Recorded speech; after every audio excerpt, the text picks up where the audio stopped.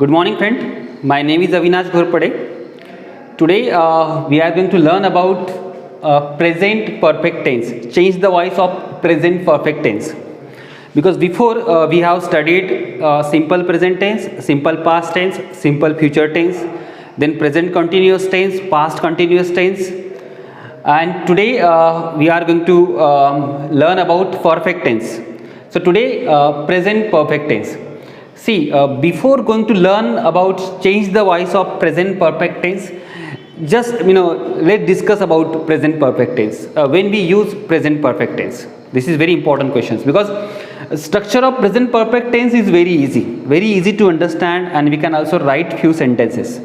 But when we need to employ the sentence of present perfect tense is very important question. So there are several conditions wherein we can use present perfect tense. Let's try. Recent action. Whenever something happened recently, at that time we can use present perfect tense. So let me take the example. Have you read newspaper? Have you not read newspaper 8? So this is the example of recent action. जैसे another example I have broken a cup. तो ये जो चीज़ हुई है recent में हुई है, तो I have broken present perfect tense के स्ट्रक्चर में उसको ले लिया है, because probably the action was happened before an hour और बिफोर 2 hours 5 hours. तो जब कभी भी चीज़ें रिसेंट में होती है तो we can explain it in present perfect tense. Another is that unfinished action. Unfinished action means what? This is the one. Unfinished action means what? The action has started in the past. कहीं past में वो action शुरू हो गई है and it is continue now also. वो अभी भी शुरू है. जैसे I have worked in the institution for 18 years. तो मैं 18 सालों से वहाँ काम कर रहा हूँ. तो अनफिनिश्ड एक्शन के वक्त एक तो उस सेंटेंस में फॉर आएगा या फिर सिंस आएगा. Like this shows the duration, time duration. So I have work in the institution for 18 years. और आप सिंस कहना चाहते हो तो since 2001 for a definite period. या फिर लाइफ एक्सपीरियंसेस के लिए भी आप प्रेजेंट परफेक्ट टेंस का यूज़ कर सकते हो. I have been Canada for 10 years. तो इस कंस्ट्रक्शन में भी आपने लाइफ एक्सपीरियंसेस के लिए प्रेजेंट परफेक्ट टेंस का यूज़ किया गया है. यूसेज भी उतना ही इंपॉर्टेंट होता है जितना आप उसका एक्टिव का पैसिव करें, because we must know when to use present perfect tense. Let me give the example. आपको एक चीज़ समझ में आएंगी. I have completed my graduation. चलो, तो ये टेंस एक बार समझने की कोशिश करते हैं. दिस इज सब्जेक्ट और ये टू बी फॉर्म है, और हैव इसलिए लिया बिकॉज आई है. I is a first form. I have. उसके बाद कंप्लीटेड है वर्ब का third form. Then my graduation. What completed? My graduation. So it's an object. यही स्ट्रक्चर आपको यहां दिख रहा है. सब्जेक्ट एक तो हैव आएगा या फिर हैज आएगा. Have has is a form of a to be. Has with a singular and have with a plural plus verb का थर्ड फॉर्म प्लस ऑब्जेक्ट. अब मैं आपको बताने जा रहा हूं कि where we need to use present perfect tense. एक another sentence I am going to write और आपको चीजें समझ में आएंगी. I completed my graduation, I think, isn't it? Graduation. So I have completed my graduation in 2013. Two different sentences I have written here. Whenever we are introducing ourselves while facing interview, at that time what should we do? We simply give a brief idea about your academic records. So what we do, we simply said I have completed my graduation. This is absolutely correct grammatically. Absolutely correct. Why? And what about this, sir? I completed my graduation in 2013. This is also absolutely correct. What is the difference between two? Here I have not mentioned specific time. Not mention specific time. And here I have mentioned specific type. if you have mentioned specific time and the action was happened in the past, you have to write that sentence in simple past tense. Second form of the verb. This is simple past tense. So here action was completed, no doubt, but I haven't mentioned specific time. मैंने यहाँ specific time mention ही नहीं किया है, और लेकिन मुझे बताना तो पड़ेगा क्योंकि मैं ग्रेजुएशन कब खत्म किया. तो पास्ट में कोई चीजें हुई है लेकिन उसका रेफरेंस प्रेजेंट के साथ आ रहा है, कोई आपको पूछ रहा है, तो आप वो चीजें प्रेजेंट परफेक्ट टेंस में मेंशन कर सकते हो यहाँ. लेकिन अगर आपने यहाँ इन 2013 बोला होता तो ये सेंटेंस रॉन्ग होता, क्योंकि पास्ट का स्पेसिफिक टाइम मेंशन करने के बाद आप वो प्रेजेंट परफेक्ट टेंस में नहीं ले सकते, उसको आपको लेना पड़ेगा सिंपल पास्ट टेंस में. तो यही दोनों में डिफरेंस है. इसका रेफरेंस प्रेजेंट में आया है इसलिए मैंने यहाँ मेंशन किया है प्रेजेंट परफेक्ट में, फिर भी मैंने यहाँ स्पेसिफिक टाइमलाइन मेंशन नहीं की है. तो ये दोनों में बेसिक डिफरेंस है. दोनों सेंटेंस ग्रामेटिकली एब्सोल्युटली करेक्ट है. आप इस तरह से बोल सकते हो, जैसे I have done with work, ऐसे आप बोलते हो. तो somebody ask you that have you done with your work, तो आप बोलते कि I have done with my work. तो ये रिसेंटली एक्शन हुई है, अभी अभी फिनिश्ड हुई है, उस केस में भी आप प्रेजेंट परफेक्ट टेंस का यूज कर सकते हो. वैसे ये 2-3 यूसेज उसके हैं. This is all about usage of present perfect tense. But today we are going to deal with how can we change active voice into passive voice, that too of a present perfect tense. आज हम ये देखने वाले हैं जो ज़्यादा important है. फिर भी एक टॉपिक समझने के लिए मैंने आपको एक ब्रीफ आइडिया दे दी कि प्रेजेंट परफेक्ट टेंस होता क्या है. चलो आप शायद समझ चुके होंगे, मैंने एक आपको एग्जांपल दिया है. अगर आपको लिखना है तो आप लिख सकते हैं, स्क्रीनशॉट लेना है तो आप ले सकते हैं. मैं नीचे अलग एग्जांपल्स और लिख के देने वाला हूँ. अभी मैं डायरेक्ट एग्जांपल्स और उसका पैसिवाइज करना आपको पढ़ाने वाला हूँ, present perfect tense. Okay,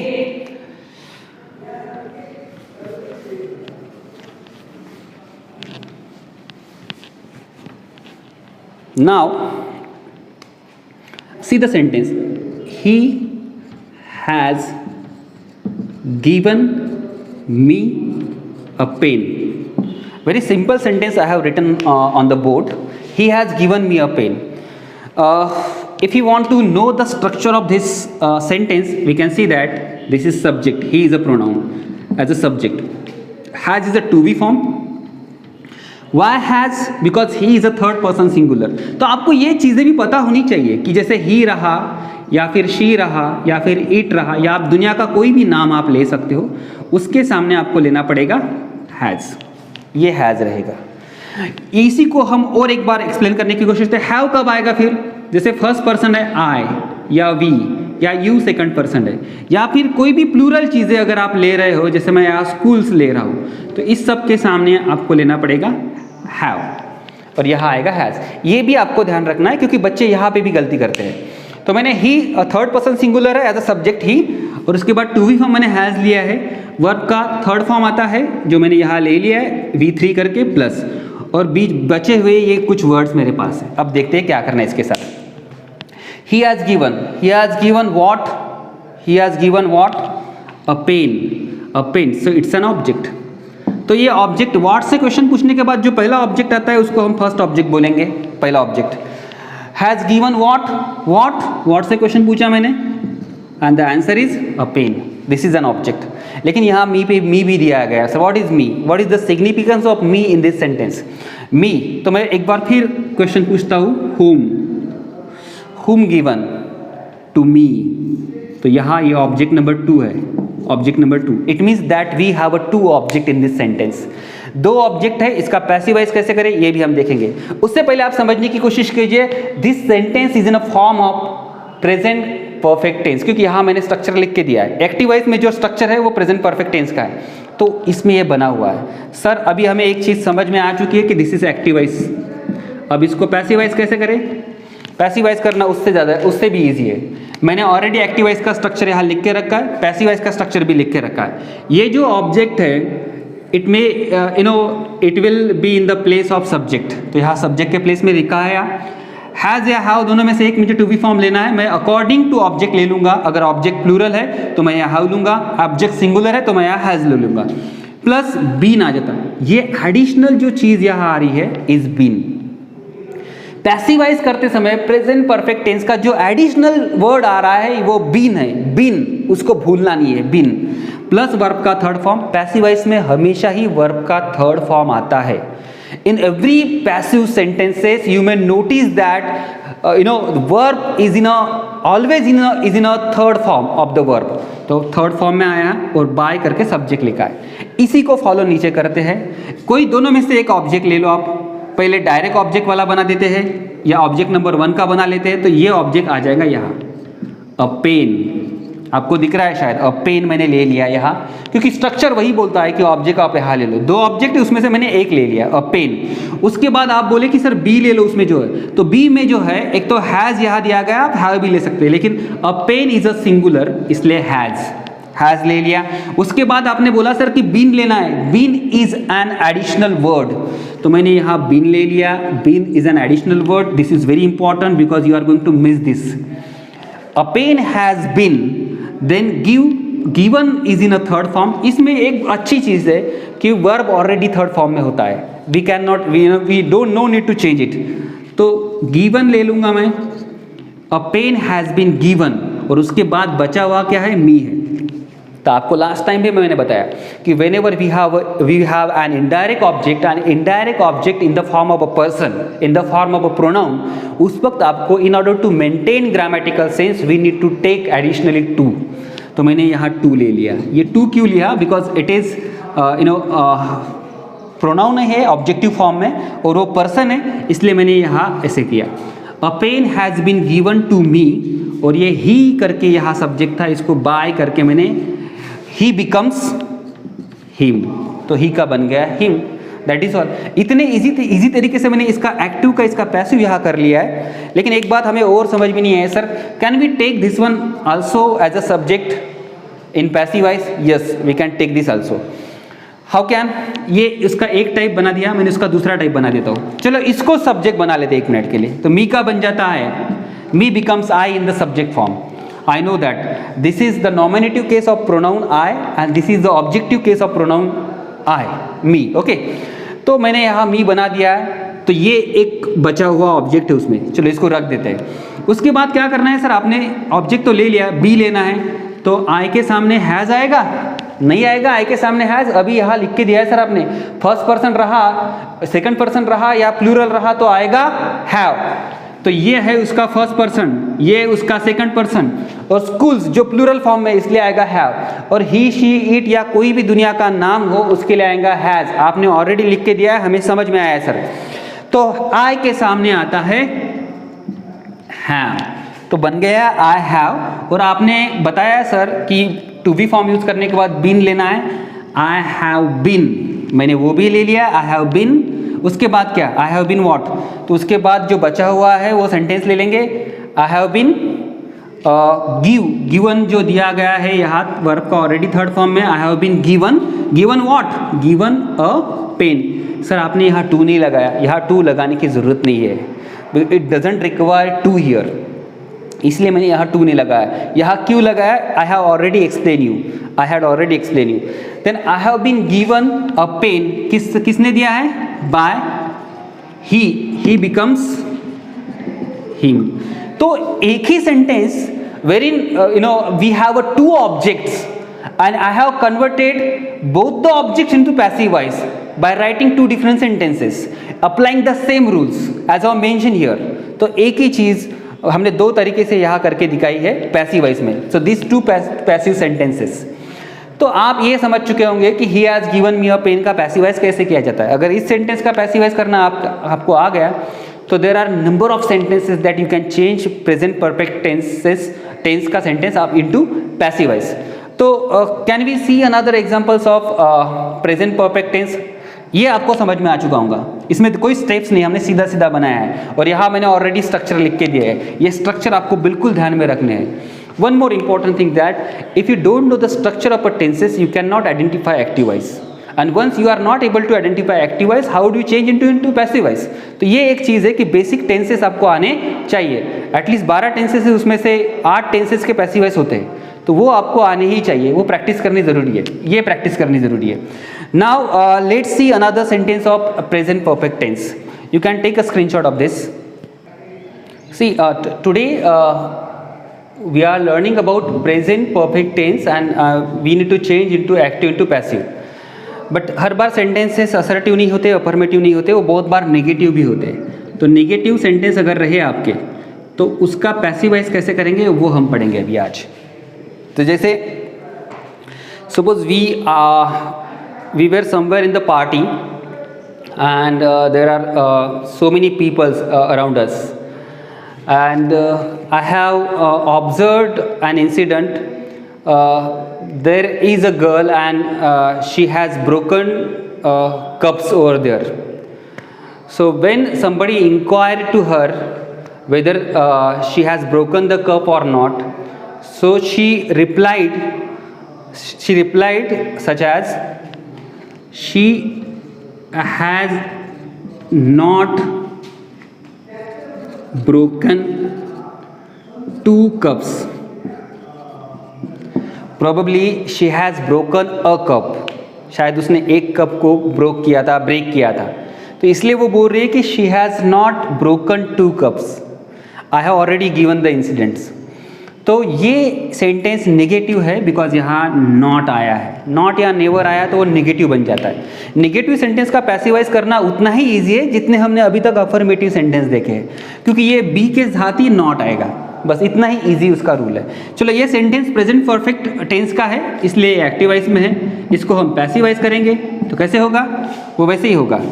broken what 2 cups, it's an object, तो ये ऑब्जेक्ट को हम ले लेंगे सामने, 2 T capital, it's the beginning of sentence, 2 cups. Sir यहाँ कप्स आया है, आपने हमें बता दिया है कि सर प्लूरल चीज़ें रहे, ये जैसे स्कूल यहाँ प्लूरल है तो उसके लिए मैंने हैव लिया है, तो कप्स इज़ अ प्लूरल, तो कप्स हैव के बाद क्या लेना है आपको, ये निगेटिव है तो नॉट लेना पड़ेगा। ये बस इतना ही समझना है आपको कि नॉट कहाँ आएगा, नॉट आएगा हेल्पिंग वर्ब को।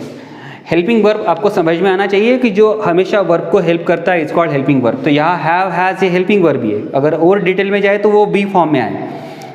2 कप्स हैव नॉट बीन, जो हमें छोड़ना नहीं है, जो पैसिव के कंस्ट्रक्शन में दिया गया है, been broken.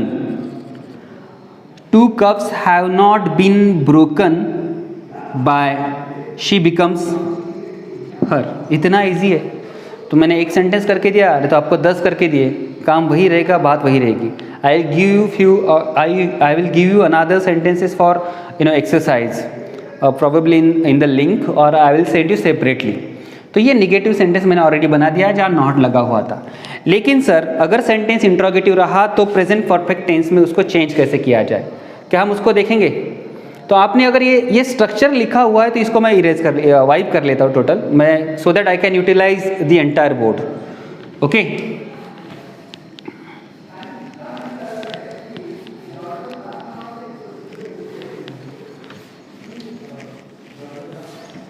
so the same structure I have regarding present perfect tense.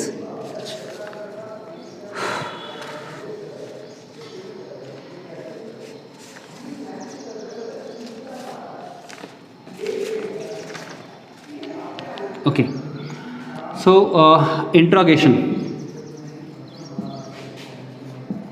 Interrogation उसी को हम प्रश्न बोलते हैं। प्रश्न बेसिकली 2 तरीके से पूछे जाते हैं, एक यस नो टाइप क्वेश्चन जिसका आंसर यस या नो में आता है, उसी को हम वर्बल क्वेश्चन भी बोलते हैं, उसी को हम नॉन वर्बल क्वेश्चन बोलते हैं। नॉन वर्बल क्यों बोलते हैं? क्योंकि उसमें वर्ड्स यूज़ नहीं किया जाता है। ओके, और दूसरा क्वेश्चन जो है वो WH question. Question will be begins with a W और H, ईदर W और H और बोथ, WH क्वेश्चंस। तो हम यस नो टाइप क्वेश्चन देख लेंगे। यस नो टाइप क्वेश्चन बहुत ज़्यादा इजी है। Questions begins with the helping verb, और हेल्पिंग वर्ब कौन सा आता है प्रेजेंट परफेक्ट टेंस में? कौन सा हेल्पिंग वर्ब आता है? एक तो हैव आएगा या फिर हैज आएगा, और उसके बाद वर्ब का आता है थर्ड फॉर्म। यही स्ट्रक्चर इसका है, बस इतना ईजी है। तो ये क्वेश्चन कभी भी स्टार्ट होगा, एक तो हैव से स्टार्ट होगा या फिर हैज से स्टार्ट होगा। एग्जाम्पल मैं बताता हूँ आपको, उसका पैसिवाइज करना भी सिखाता हूँ। दोनों में से एक ही रहेगा इसमें, यस नो टाइप में, बस इतना ही ईजी है इंट्रोगेशन। तो have you watched the movie? The movie मतलब I am talking about the specific movie, the movie question marks. ऐसा सेंटेंस अगर आपको एग्जाम में आया कि have you watch the movie, sir ये टेंस कौन सा है, ये यही है प्रेजेंट परफेक्ट टेंस। समझ में नहीं आ रहा है, समझना बहुत इजी है। हैव को इसको अपनी जगह डाल दीजिए, you have watch the movie, बन गया असर्टिव सेंटेंस। असर्टिव सेंटेंस अभी तक हमने देखे हैं, लेकिन इसका इंट्रोगेटिव करना था, इसलिए हेल्पिंग वर्ब मैंने कहाँ डाल दिया, सब्जेक्ट के सामने, और बन गया क्वेश्चन, बन गया यस नो टाइप क्वेश्चन। तो इस तरह के क्वेश्चंस रहे तो हम कैसे करेंगे, ये करना बहुत ज़्यादा ईजी है। इसको चेंज करने की कोशिश करते हैं। ये एक्टिव वॉइस है बिकॉज ये टेंस के स्ट्रक्चर में आ रहा है, इसका बनाना है पैसिव वॉइस। स्टेप 1, स्टेप 1 में क्या करेंगे, इस सेंटेंस को असर्टिव बना देंगे। थोड़ा सा इजी है, बिगिनर्स के लिए मैं बता रहा हूँ। असर्टिव कैसे करेंगे, तो हैव को अपनी जगह डाल दो, you have watched the movie. चलो, तो इसका स्टेप फर्स्ट तो हमने फॉलो कर दिया सर। स्टेप 2 में क्या करना है, इसका करना है पैसिव वॉइस। स्टेप 2 में पैसिव वॉइस कैसे करेंगे, व्हाट वॉच द मूवी, तो द मूवी ऑब्जेक्ट है, यहाँ लेते द मूवी। अब यहाँ हैव दिया गया है, helping verb to be form, तो द मूवी के सामने हैव आएगा, नहीं आएगा सर, आपने बताया है। ये देखो राम, राम करके एक सिंगुलर वर्ड है, सिंगुलर वर्ड के लिए आपने क्या यूज़ किया था, आपने यूज़ किया था हैज़। दुनिया के सभी सिंगुलर वर्ड के लिए हैज़ यूज़ किया जाता है। द मूवी हैज़ ले लिया मैंने। उसके बाद क्या लेना है सर, पैसिव वॉइस में आपने बताया कि हैज़ के बाद बीन आता है, जो हमारे स्ट्रक्चर में ऑलरेडी लिखा हुआ है, द मूवी हैज़ बीन, और उसके बाद वर्ब का थर्ड फॉर्म वॉच्ड, तो वर्ब का थर्ड फॉर्म है यहाँ वॉच्ड, और किसने देखा, बाय यू बिकम्स यू। आपको पता है कि you does not change okay in passive voice, तो यू का यू ही रहेगा। The movie has been watched by you बन गया। लेकिन प्रॉब्लम फिर वही अटका है सर हमारा, कि ये जो था ये क्वेश्चन था, ये इसका पैसिव वॉइस क्वेश्चन नहीं है, तो इसको क्वेश्चन बनाना है। कैसे बनाएंगे क्वेश्चन, वो थर्ड स्टेप में, पैसिव वॉइस बना रहे हैं हम, थर्ड स्टेप में देखेंगे। क्वेश्चन बनाना यस नो टाइप इतना इजी है, आपको हेल्पिंग वर्ब सिर्फ सामने डालना पड़ता है सब्जेक्ट के, तो इसको सामने डाला तो क्वेश्चन बन जाएगा। जैसे यहाँ डाल देता हूँ मैं, has, H capital, has movie, sorry मैंने द मूवी नहीं लिखा, हैज़ द मूवी बिन, तो बिन का भी प्लेस देख लीजिए, has the movie been watched by you, और बन गया क्वेश्चन मार्क्स, दे दिया क्वेश्चन मार्क्स। मतलब सबसे लास्ट में जो आया ये आपका आंसर है इसका इंट्रोगेटिव का। सो इतने स्टेप करने की बिल्कुल ज़रूरत नहीं है, बच्चे को जल्दी से समझ में आता है और इजीली वो कर भी लेगा। लेकिन जो कोई भी बिगिनर्स है वो इंट्रोगेटिव सेंटेंस का, वो भी यस नो टाइप का, इस तरह से उसका पैसिवाइज कर सकता है और आप समझ सकते हो। So this is the passivize of this sentence.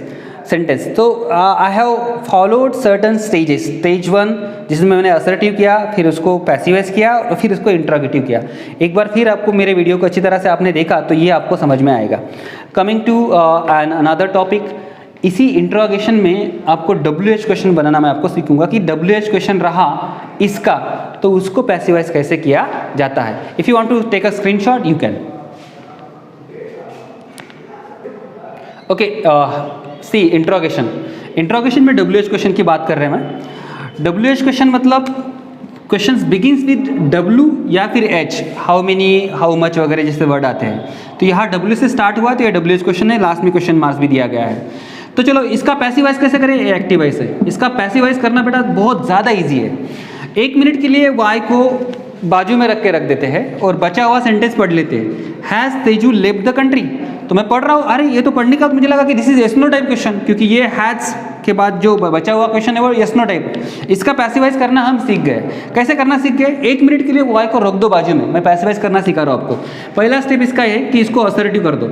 Assertive कर दो मतलब सेंटेंस को सीधा बना दो। सीधा कैसे बना दो सेंटेंस को, तो हैज़ जो सब्जेक्ट के पहले डाला हुआ है इसको अपनी जगह डाल दो। जैसे तेजू हैज़ लेफ्ट, लेफ्ट का मतलब छोड़ना, third form of the verb में है ये द कंट्री, कंट्री को छोड़ दिया है उसने, ठीक है।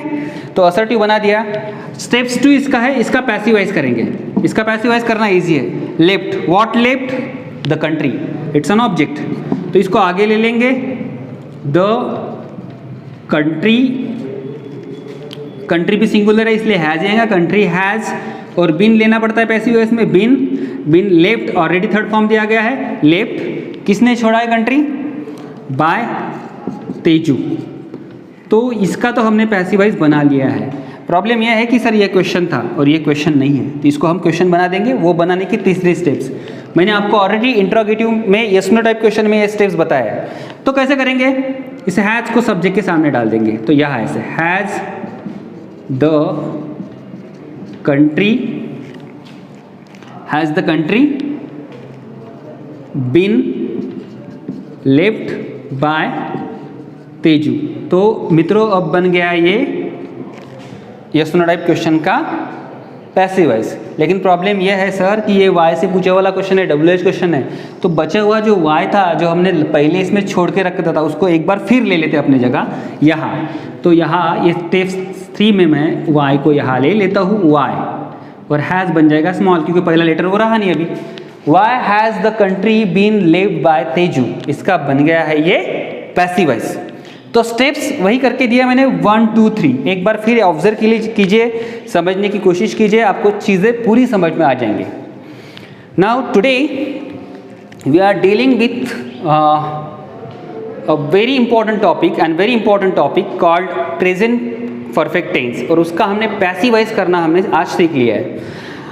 These are very basic topics like voice, degree, narration. So you need to attend my every class and try to understand the tenses and active into passive also. अगर आपको कुछ डाउट्स है तो आप मेरे पर्सनल नंबर पे भी message कर सकते हो, हम वो सॉल्व करने की कोशिश करेंगे। कुछ रहा तो आप कमेंट बॉक्स में भी लिख सकते हो। चैनल को सब्सक्राइब कीजिए। Thank you so much.